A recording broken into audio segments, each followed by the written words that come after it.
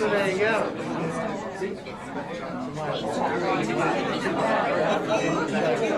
I know you're always very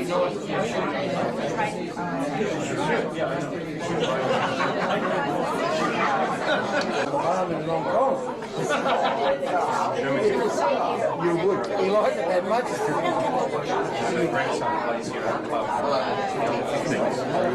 She went away from Europe for 7 weeks. British Isles in Europe. She's with tennis skills. The girls played a couple of years ago.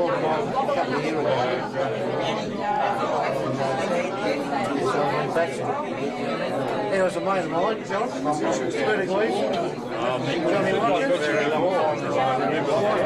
Tell that kid, pleased to meet you. How are you going? It's a place that's over there. I did over to the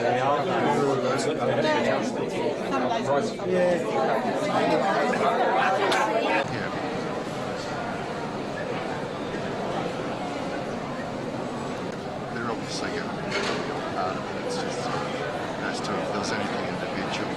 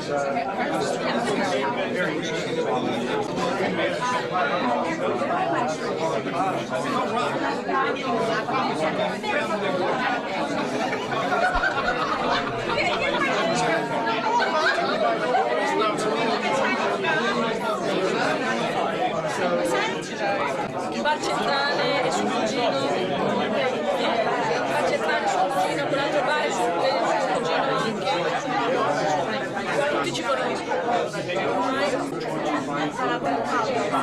La zia di Francia, non ci fa parlava, diceva che facevamo tutt'altro. E poi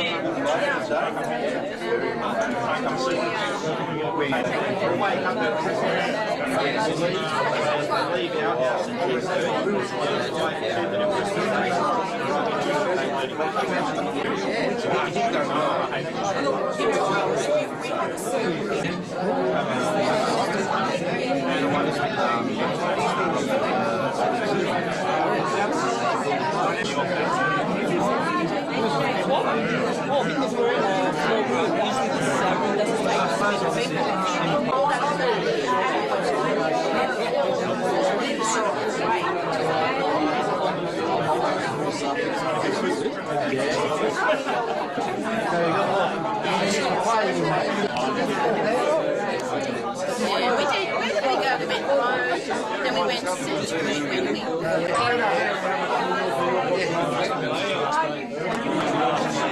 How many have we been? You haven't changed, has it? That was very good. One game played. I think they're very nervous. Very nervous. Until the end of the few things. As soon as they scored the first goal, straight on the best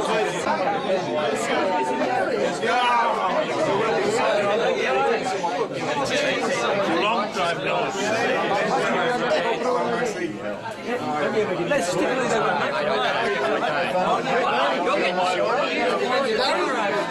Actually, you want to come this way here? You better get here in front of it.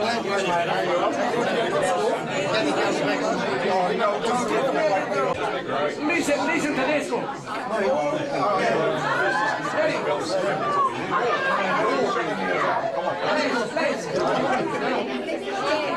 Stand up. You've always been in the club the last 20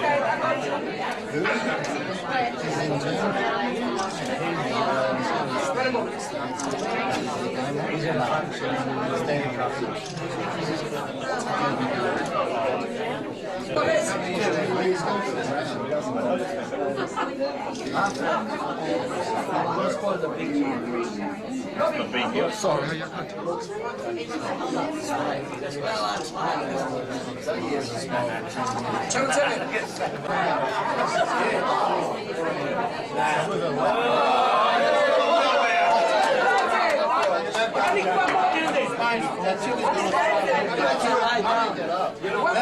I can only lie down. Oh, Doggy, come on. Come on. Lie down.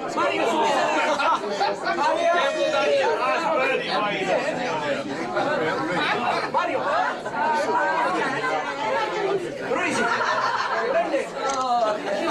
You're skinny enough, you can do it. Don't give me a backside. What a fight. They need a lady in there now. Yeah, go, Ariane. Come on. Next to my. Shot. Okay?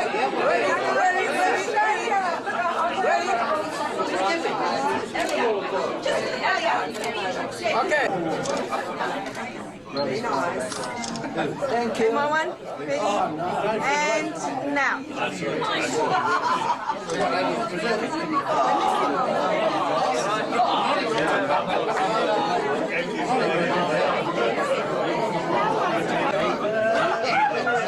Dougie's the youngest here. You want me to call the ambulance? I need to call. All right. I'm only 26. In the World Cup. We're on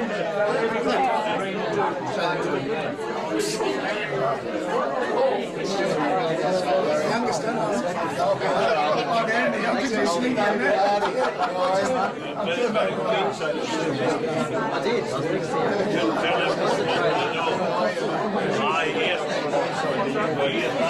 Did you get that? Paul?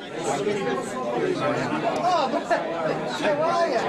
Nice to see you, man. Sorry. Good guy, I just like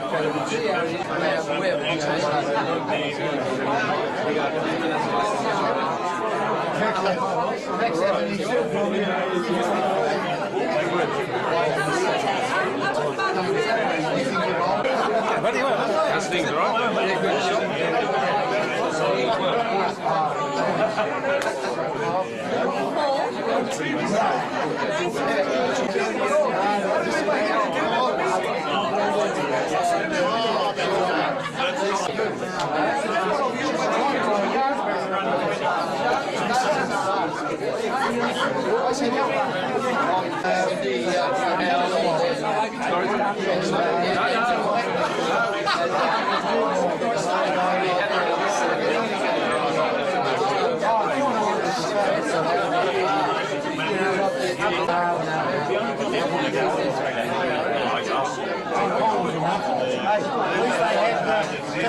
I was full movie for a year and a half. He says looking out the window.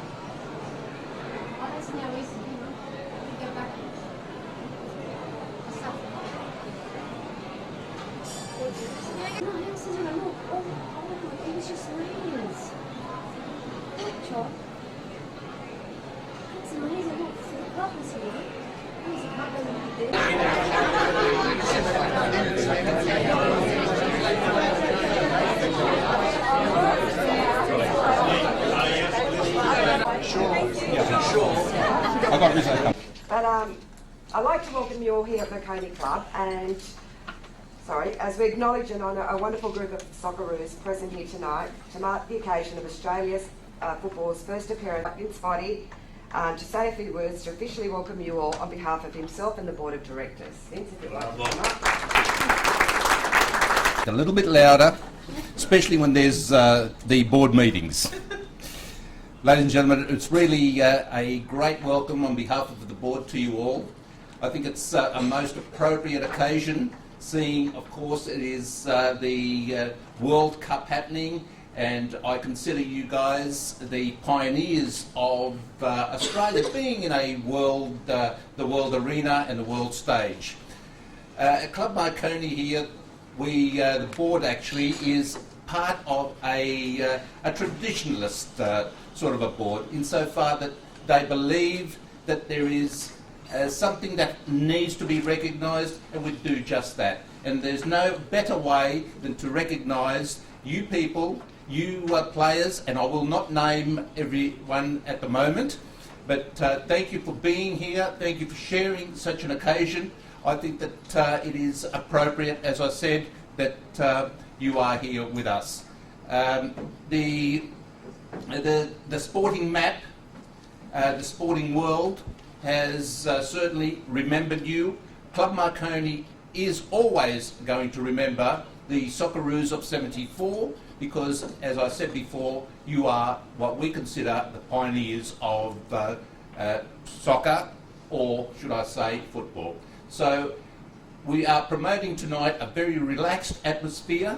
So please, ladies and gentlemen, and especially the ladies, relax. Thank you very much.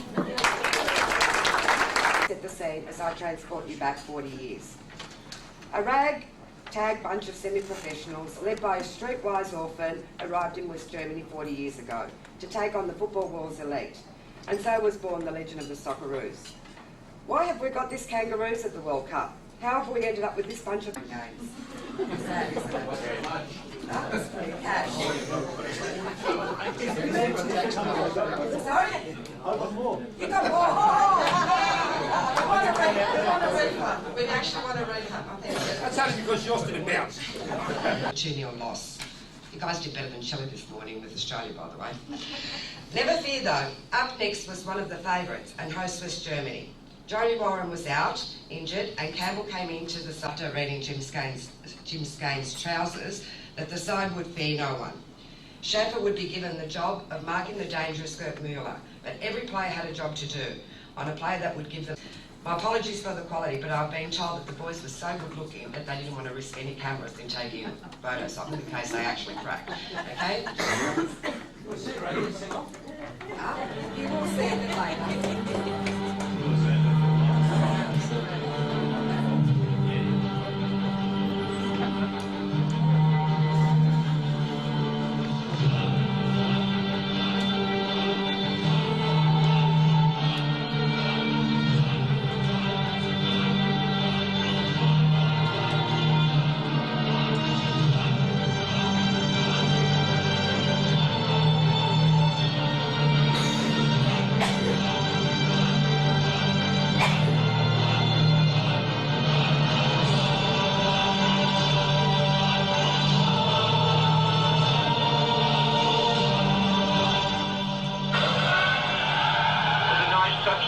after. Disposal.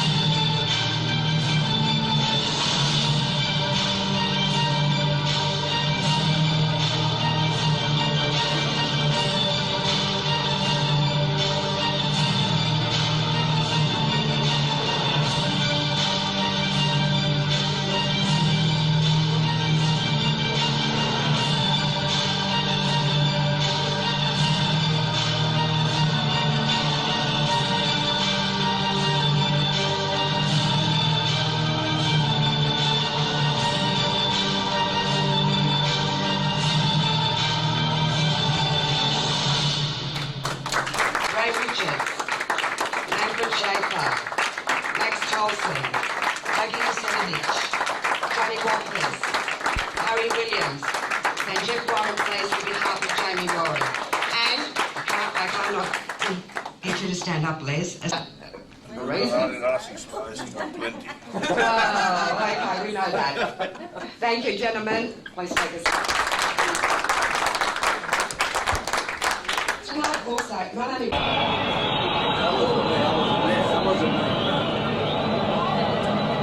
Actually, keep an eye on the referee. I mean, I know the boys have said it, but for those that haven't, keep an eye on this referee. He wants more than the players, actually.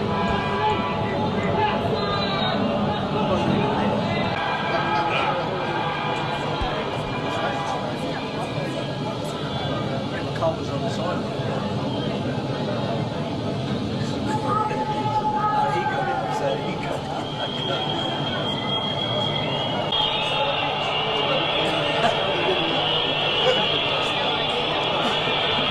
I'm staying out. Stay right away from it. I'm staying right out.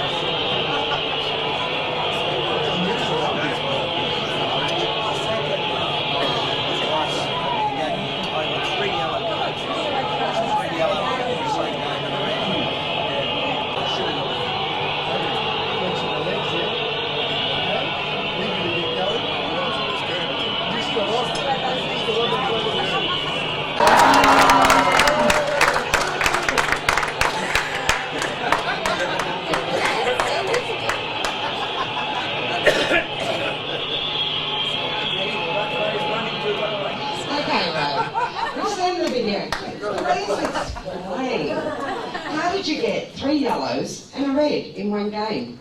A lot of hard work. We know that. No, what happened was in the first half there was a foul, an incident by one of the other players, one of our players, and as I was running back into position, the ball came to me, and instead of kicking the ball there for the free kick, I flicked the ball here, and the referee gave me a yellow card for wasting time.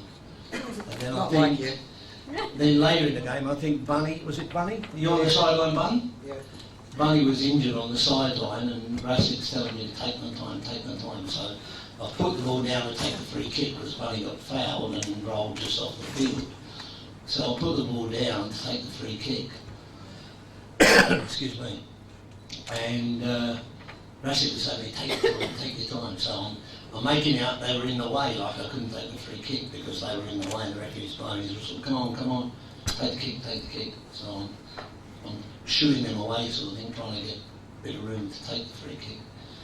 And then the referee blew the whistle again, and he came towards me and he said, take the kick.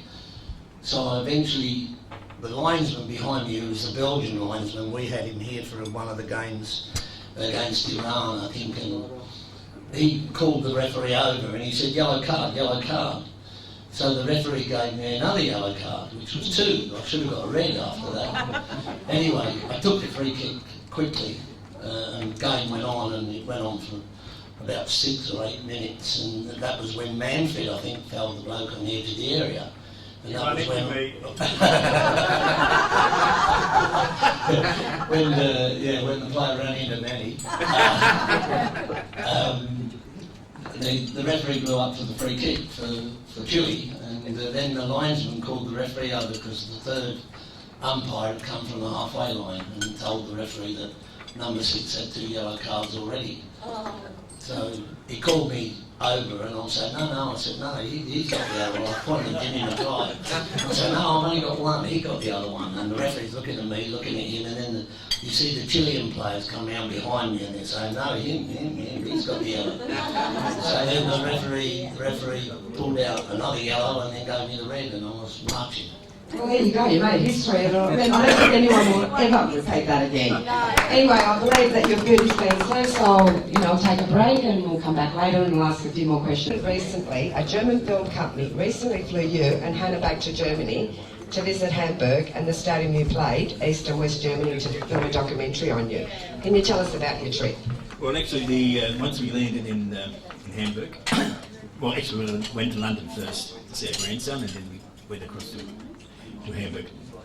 And I brought out all the equipment, and they said, look into it. I did, and it didn't work after that. So anyway, no, we did. I had to walk out to the stadium. I had to walk right out. And Hamburg is now, they've never been relegated. They went very close this year, but never in their life have they been relegated. And the stadium is absolutely beautiful. And I had to walk out, and I'm all wired up, and I had to say what happened, or how did I feel to be to play against East Germany? How did I feel with my thoughts? I couldn't even remember what I did last night, and then I had to talk German. So anyway, it's been very good there. Good to hear. But before I ask Dougie a question, you two played at St George, okay? There was intense rivalry back then with Marconi, back in the old NSL days. Yep. I'll ask you first. Tell us a little bit about it, and don't hold back on Marconi. It's okay. No, I won't hold back on it because I remember when we did play here, the ground was full, and I used to have because I live at Cabramatta, always since we've been married 48 years now, always lived there, and I would get all the boys to come back to my place. And we have a barbecue. What, Marconi boys? No. I never asked you because you didn't even know what a barbecue meant. Anyway. Never like now, unfortunately, my mate Ray's got to come into this picture again. The house was, the ground was really full. And John he went past 3 players. I think Ray was the fourth one, and he scored the goal. And Ray was on his backside, which he normally is anyway. So I gave him a hand to get up, and he had butted me. Yeah, now he's over there. Like. Anyway, my nose is over here, on my toe, and all I could get from the spectators, Marconi, spectators, your nose, you look better now. It's bleeding, it's really, I couldn't stop it.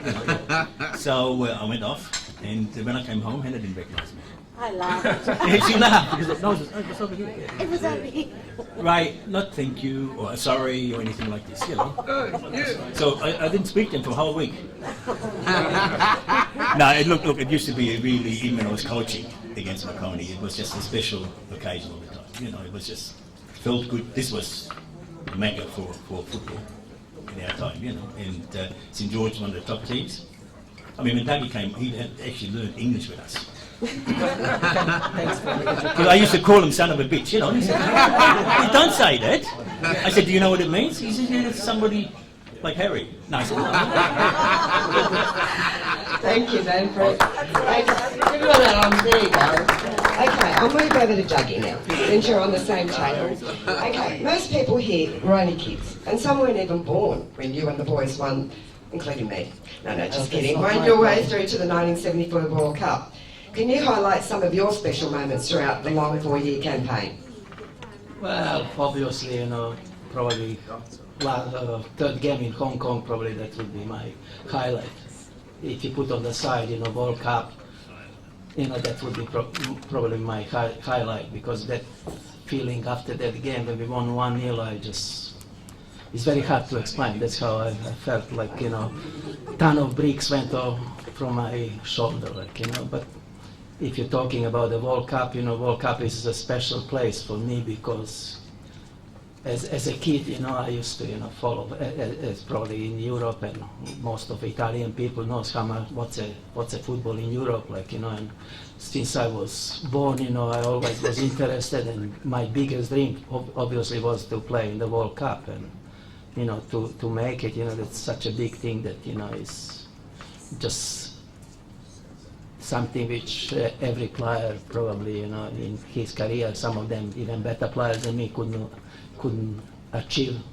But I was very happy, you know, to achieve something like that, you know. Well, we are with this. I don't know if you got about 5 minutes time. I can. On No, he's not here. We've got plenty of time. No, he told me to replace him to talk. Oh, okay. No, I just on this special occasion, because it's so many, you know, very, very nice, intimate situation. I just wanted to say a few things, like, you know, about the second game in the Korea. Like, you know, even Manfred doesn't know my secret. Only Jimmy Fraser knows, you know. You know, and what's happened, you know, after nil all in Sydney, you know, we were pretty sure that we can qualify, because, you know, in those days, you know, against Korea, like, you know, we never lost the game. Like, we were always, you know, even in Korea, we play one draw and we won 2-0, like, you know. And then, you know, when probably that was my first game, you know, second game in Korea, because, you know, I had this misunderstanding with Jimmy Fraser. Like, actually, you know, what was happening, like, you know, when I wake up in the morning on the day, you know, of the game, you don't know this, don't look. Well, that's my secret. And I just saw, because every morning I always wake up early and I just do my own thing, and, like, you know, I saw Sir Arthur George, who was the president of Federation those days, you know, and he come to me, said, Dougie, you know, actually he called me Oti, because he always mix Aboni and me, you know. Oti he called Dougie, Dougie called Oti, and all this thing, you know? He said, you know, Federation is in the big stride, you know, we need some money. Can you do something about this game today, like, you know? I said, well, I tried, but what's the situation? He said, I can't ask Jimmy to do anything, because he's a goalkeeper, like, you know, what can a goalkeeper can't do, you know? I said, can you fix up that we can play third game in Hong Kong, like, you know? And then what's happening, you know, I said, oh, no problem, you know. We know about it. I was always, no, you don't know.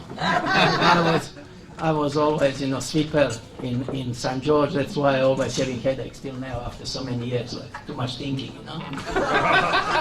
and of course, was some ball was coming to me in about 15th minute of the game, slippery ground, ball was coming to me on the 18-yard box. I just sent the dummy to the Korean player, went one way.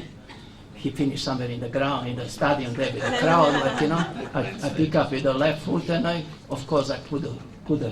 look, Jimmy is on the goal, I put my head down to give him ball back.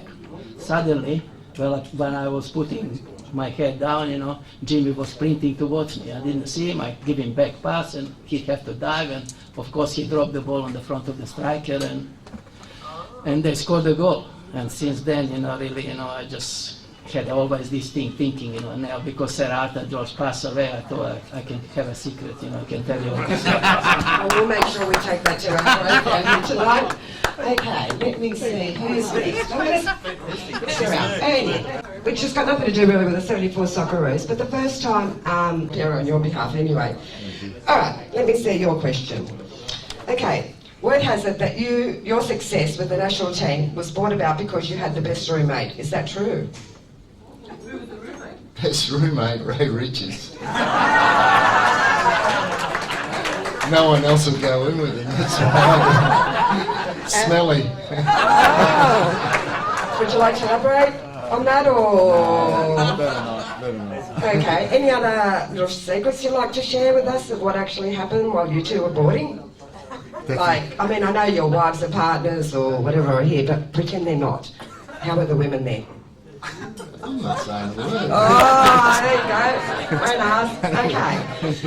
Who am I going to move to next? Okay, Alan. Hello. About Gary? Yeah, Gary. Gee whiz, I don't know. The only thing I can remember about Gary is before the last game in Berlin in '74, we weren't in the original run-on squad. Gary, myself, and I think Dave Harding was on this as well. And Raleigh had a curfew on everybody, and we broke the curfew. We went out, and we weren't home in time, and we snuck in the back door, the service entry of the hotel, and we opened the door. Well, I opened the door anyway, and there was Raleigh standing in the corridor, all waiting for us. So fortunately, it was the last game. We didn't get sent home. We just got reprimanded, and that was it. But that was Gary. Oh, okay. So I'm going to leave you for a minute. I'm going to move over and I'll come back to you. Okay, who have we got? I'm going to actually being a non-Indigenous person. Is that correct? That's correct, but when I inquired, they had to be related to me. And unfortunately, try as I may. Raleigh still asks me, he rings up every single week and asks how the Valentine's I think you should put in a special request back then to, who's our Prime Minister? Sorry, it was Gough, was it? No, sorry, I might be before my time. it was Gough Whitlam. Well, yeah, I thought I heard it right, Gough Whitlam. But maybe we can ask Tony Abbott, didn't he get Millie with Mike mistaken this morning, so maybe he wouldn't know the difference now after 40 years? What do you reckon, Harry? Yeah, I don't know. I went back up to Canberra, back up home, back to the old country 6 years ago, and I still can't get a piece of anything. I don't know. All right, now another question, now a little bit more serious. You were our first non-Indigenous player here for Australia. That's quite an honour. You're an extremely amazing player, in my opinion anyway, and I'm sure for everyone else in here in the room. How did it feel like for you, playing with, forget about the boys, but actually playing and wearing the green and gold? No, it was a very proud moment. It's an amazing feeling pulling on the gold and green. And as a footballer, it's something that you aspire to, and something that you cherish and treasure the rest of your life. It's a proud moment for your family and your friends, and for your country. It's something that we pass on to our children, the younger ones. The game, I think we've all contributed in different ways. I've I've been involved with New South Wales Football in developing a pathways program for the young kids, for Indigenous kids specifically. And what we see now is that Football Australia have picked up the baton, and along with the states, and the states in conjunction with Football Australia have an Indigenous program throughout the country. We've got the Johnny Warren Foundation, which Jamie over there heads up, and we're able to get some of the young kids into those academies and other areas that help promote the young kids. Yeah. So there's a legacy that we leave behind, and I think that's very much a part of our contribution and our deeds on the field. And I think over the years we've been able to pass some of that back. Well said, Harry, exactly. Hey, so we've got, you know the place I'm in. So we've got Fatty, Richard. You see Ray up there? I don't know how I'm going to rope into this.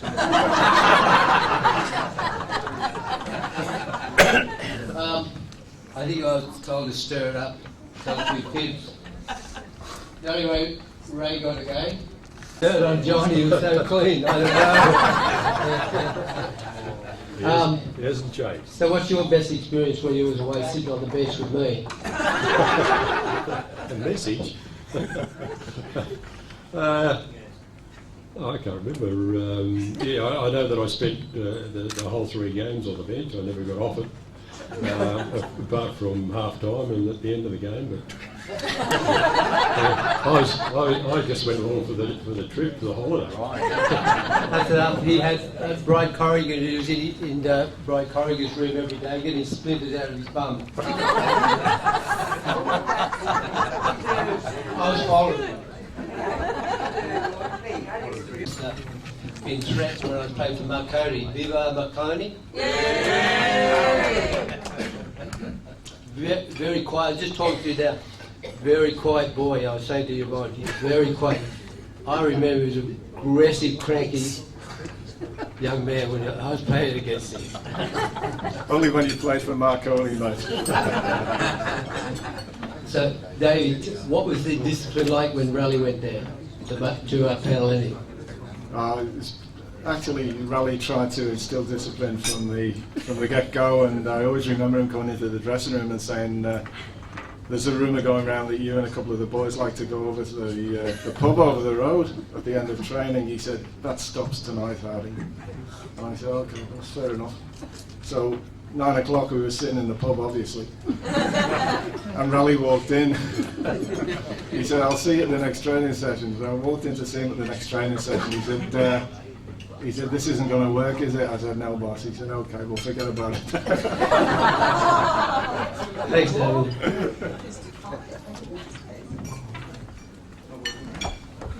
I saw Gary at the golf day, and he smiled and he introduced himself, Gary Manuel, and I said to him, you're old. And he said, have you looked in the mirror lately?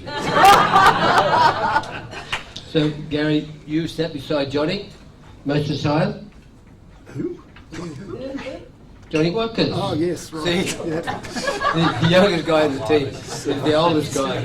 They never knew each other. Actually, what happened with me is that I played against Uruguay before the team was announced, and I thought I had quite a good game. I made the squad, and I was sharing the striker's position with Adrian Alston and Peter Ollerton. I played in Indonesia, I played in Israel. Then Adrian was on first over in Switzerland, and he scored 3 goals, so that was the end of it. So I sat on the bench from there on. Well done. Okay, then we've got Carl Curran left, and Now, I'll tell you why Ernie never got to look in very often. He was always chasing girls. That's why I asked the question. Rashing would catch him all the time. Tell us about your experience about the Wahroonga motel where we stayed.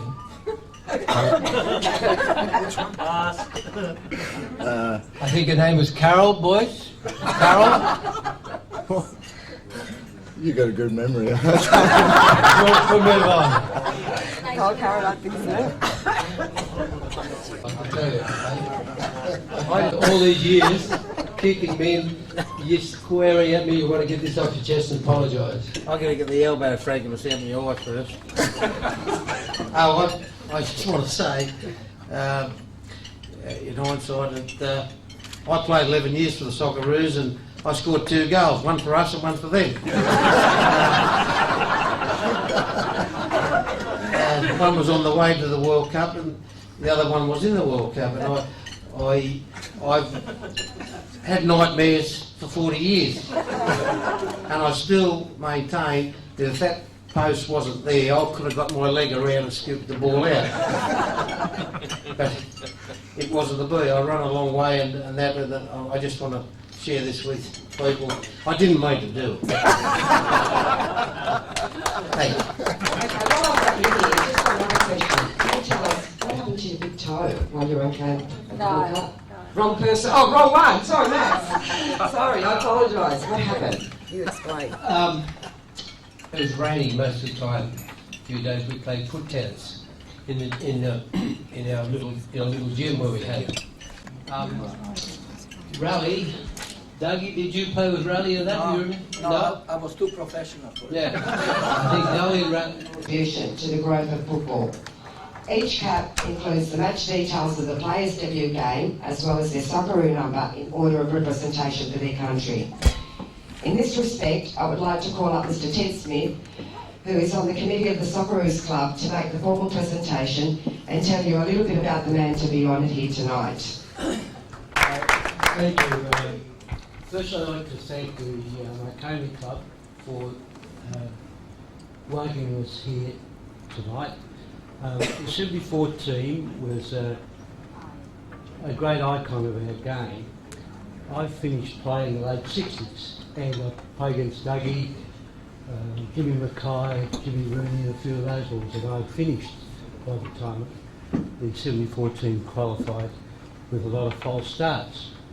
And they really gave the game a fantastic boost at that time. Later on, I went back to South Melbourne Hellas when the National League started. I was assistant coach there for 3 years.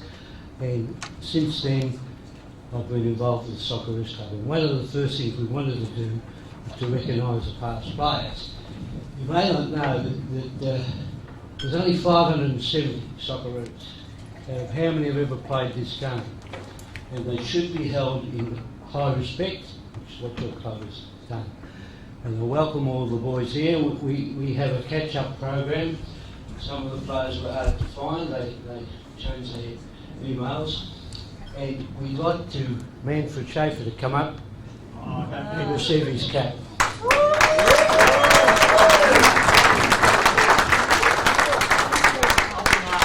My daughter, so many times when I saw you play, Dad, the cap is like, have you had a look at my head? Come on!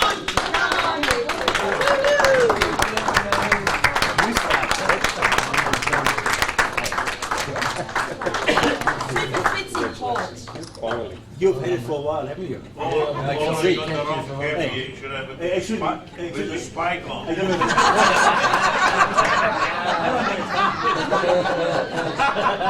Now, can I try it on, please? Yes. There we go. Oh, it's elastic. Hey, listen, I remember you when you were younger, okay? Thanks very much. We can pretend you're the coach. Okay, so come up with me. That's a pretend. We're going to pretend you're the actual coach, okay? Of the 74... Much as Ronnie No. Come on, they're going to come up here with me. So we face the crowd. German, remember? And to this day here, I know everywhere we go, and I've seen players, they still give you that respect of being called the boss.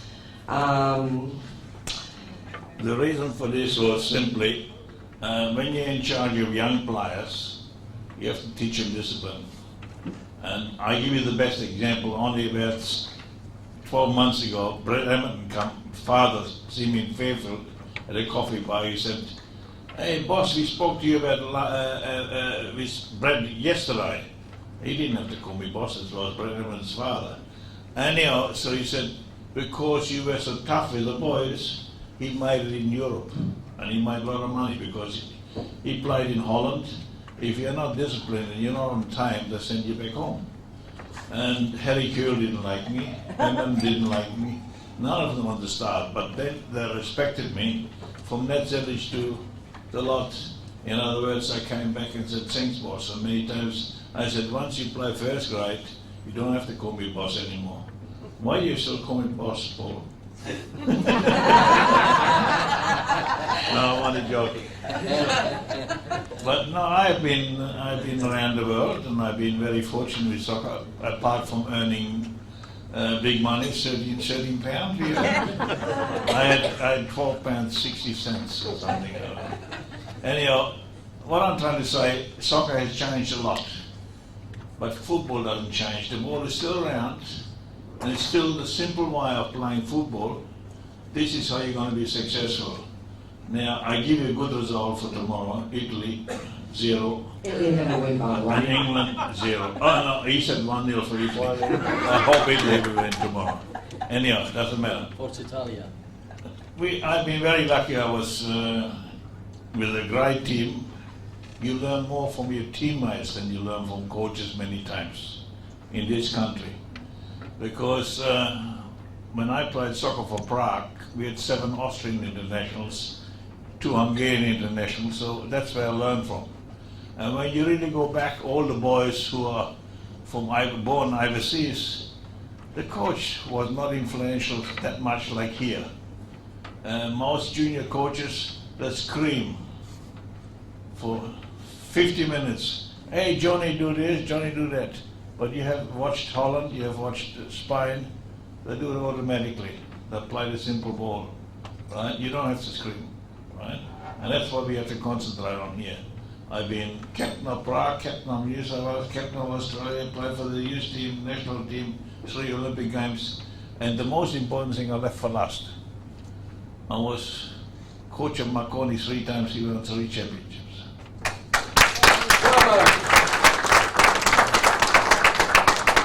I was giving the marching orders twice, but then they called me back.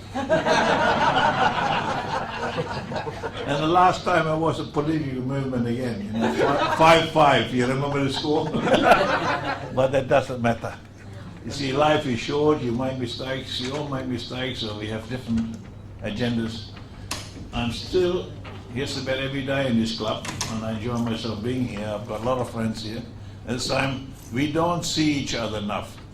And Maxie, you have to come with me tomorrow to Hamburg to see it. We go Hamburg to Germany one day late. Take some photos of oxen soul. No, but I'm very, very pleased with Marconi, what I've done tonight, and the food was absolutely delicious. Yes. Right? And that's all I want to say. Okay, good. All right. I'll ask Jamie to come up. Very, very famous. I think it still lives in everyone's hearts every time we say that, and every time our Socceroos actually qualify. I think that's the image that's implanted in everyone's head. Can you tell us a little bit? I know that you're probably speaking, but what was his thoughts leading towards the end, just as we qualified after those long 32 years? Well, first of all, before I answer, I'd just like to say what an honour it is to be here. It was so nice for the family to be invited tonight. We wish Johnny was here, like I'm sure you all do too. But it is a real, we're very honoured and humbled to be here and in your company, and we think the world of everybody here and what you've achieved in the game and what you've done for the game. And excuse me. As Ted said before, the Socceroos is a very special club and should be held in the highest of respect. we certainly hold you in the highest of respect, and just in my everyday life, speaking with people at the pub or at football or wherever, I'd just like you to know that I speak to a lot of people who hold you in the highest of regard, so I just thought I should mention that to you. I think it's very important. Thank you all to the Marconi, also to the Marconi Club for hosting this. It's an amazing gesture, and yeah, there should be more of it in the game, and well done, congratulations, and thank you.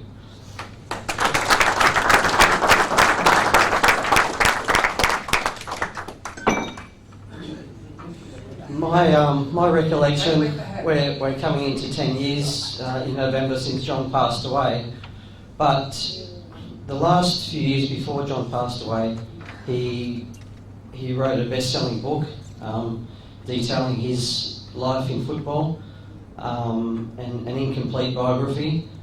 He was also involved in the New South Wales government report on football in New South Wales, which had a broader agenda for reform around the country. And he was also honoured to be involved with the Crawford report, which was the review into the structure and governance of the game in Australia.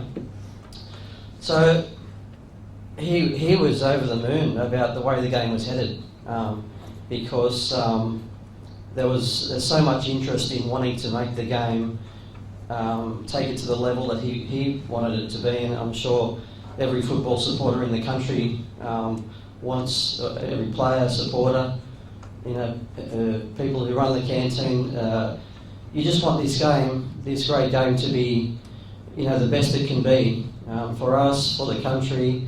It's just such an enjoyable game or way of life, or whatever you like to call it. So he was just so happy that the game was being taken seriously, and that there was potential there for it to improve and to be, I guess, maybe it wasn't important that it was sort of as important to be a mainstream sport as to be just taken seriously, and the people that were involved in it, he wanted them to be given the credit, for how they treated the game, and he wanted everybody else to treat the game the same way.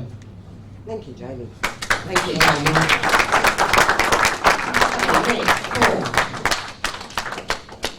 Get Paul up here. And ask him, he's obviously not from the generation of the 74, so I'm going to ask him something a little bit more relevant going forward. How have things changed in terms of youth development and coaching from when you came up the ranks to being a young Socceroo captain, and to now a young Socceroos coach?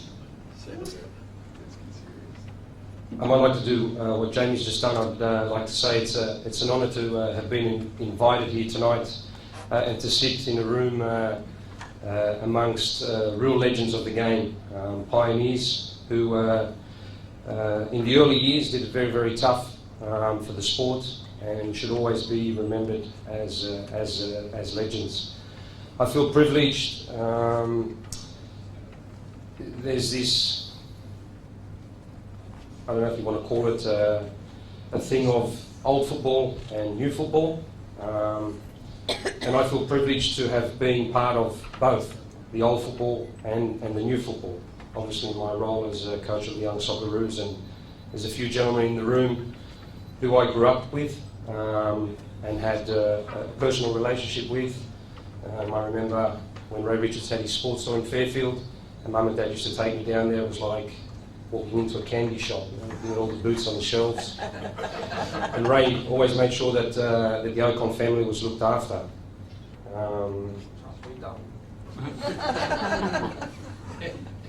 When I was a kid, growing up, going to the Johnny Warren soccer academies, soccer camps was always something that I looked to on the calendar. And my family had a special relationship with Johnny, as my brother won a trip to the Pele soccer camps in America. Manfred Schaefer was coaching Apia when I made my debut in the NSL. And of course, one of the biggest legends in the room, the boss. Yes, I still call him the boss. Had a massive influence not only on myself, but a lot of young Australian players who as you just mentioned, Brett Emerton, Harry Kuehl, they went on to have great careers in Europe. So I feel privileged to be part of the old, if you want to call it, the old soccer, and of course the new soccer today. I'm glad actually you brought that up, because there's still quite a feeling. That's sort of the elephant always in the room wherever you go, about the old and the new, you know, like that no one, and I'll publicly say this, that no one from the 1974 Socceroos has ever been acknowledged, honoured, as much as they should have, which have led to these guys here being where they are now today, like Paul's campaign, the campaign after that, and the current one here. I think it's important that you meld the two, okay, and that there's no longer this old and new. We are football, okay, and we've got to remember that, but that's up to also for the FFA, and I think they're going a long way to doing that now in trying to join these two here, because it's the clubs, St George, Marconi, Apia, Sydney Olympic, no, there was no Sydney Olympic, I think they produced any here in the 74 Socceroos, but, you know, the clubs that you all came from, they are, you know, should be remembered, should be honoured, and never forgotten as well too, you know, and put on the side. Anyway, that was my say. Keep going, Paul. Now you can answer the question. Are you going to actually, what do you feel, as I said to you before, you know, how do you feel now coming up the ranks of how we're going, actually, you know, being like a young Socceroo to what it is now? Like back then when you were taught how to play by the boss, and now we've got this system of the 4-3-3 and, you know, and the national curriculum. Are we going to be producing these players going forward? Look, personally, I don't think systems produce players. We're in the generation of technology, iPhones, computers, PlayStations. Unfortunately, like I and many of these Socceroos in the room, ex-Socceroos in the room, they would have grown up learning to play football by themselves on the streets, in the backyards, with their friends down the park. For me, school holidays meant obviously no school, but it was on the backfields of Marconi with my friends playing soccer. So, unfortunately today, that's impossible to do. There aren't many backyards anymore. Kids don't have the time, or not encouraged to do that, to play with their friends. So we've seen a decline in the way we've been able to develop players. Nowadays we have programs, we have a lot of kids go to private academies.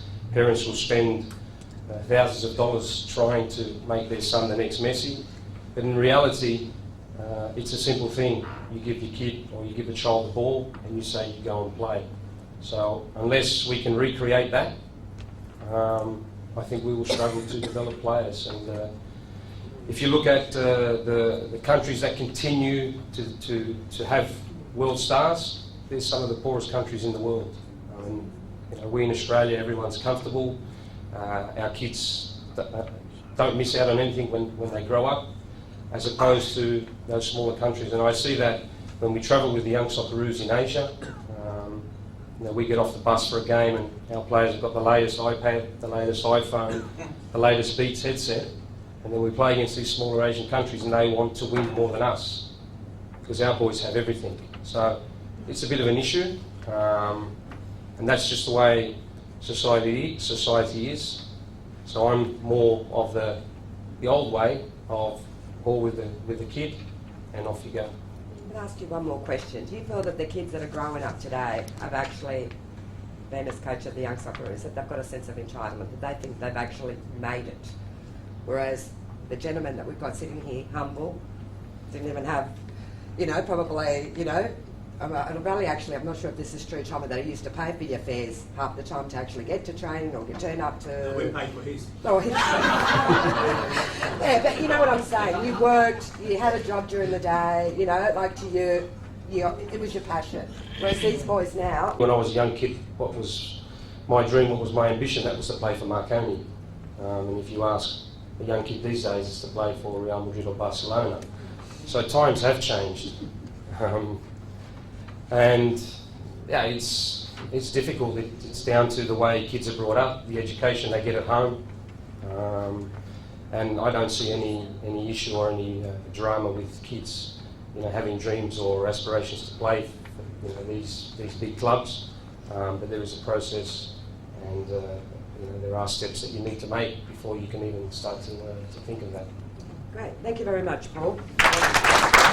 Thank you for making us all dream. We are very proud of each and every single one of you that has donned the green and gold. You will never be forgotten. And before we we're about to bring the cake in.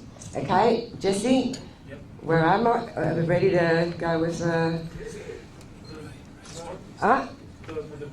No, the anthem. I think it's actually befitting that we all stand up in honour of these guys.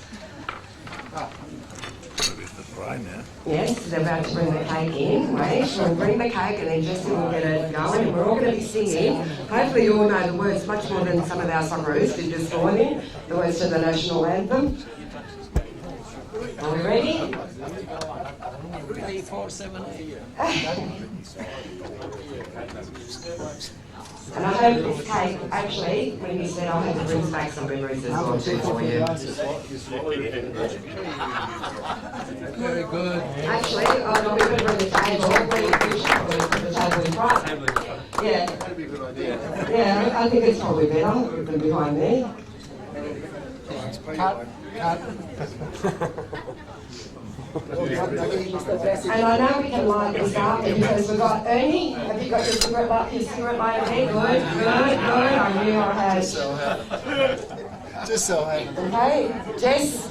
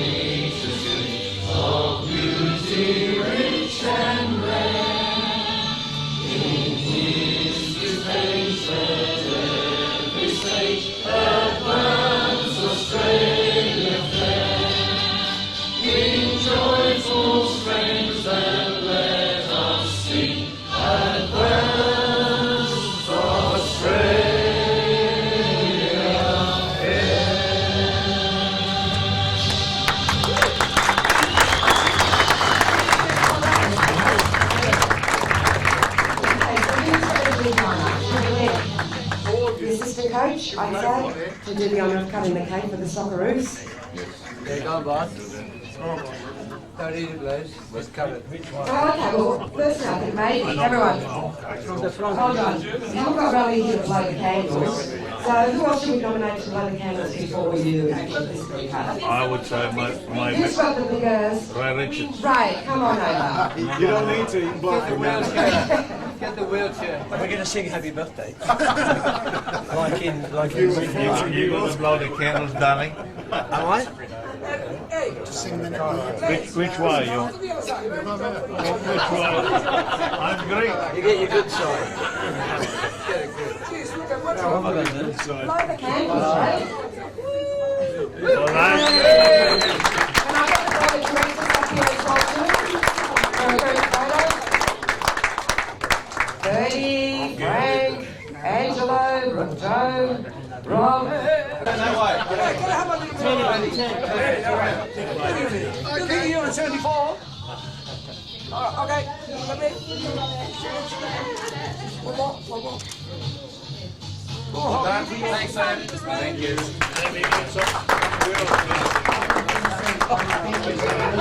I don't think so either.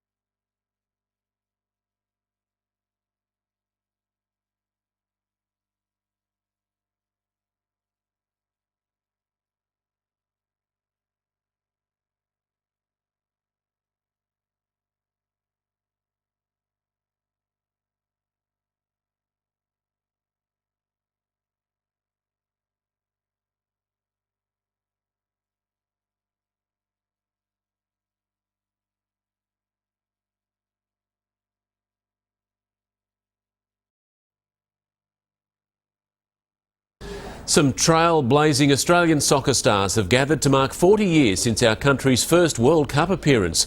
The 1974 Socceroos went to Germany back when only 16 teams made the cut.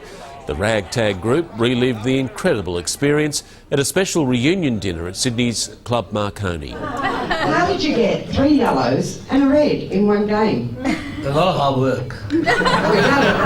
It would be another 32 long years before Australia qualified for the World Cup again. Sport is next with Mac.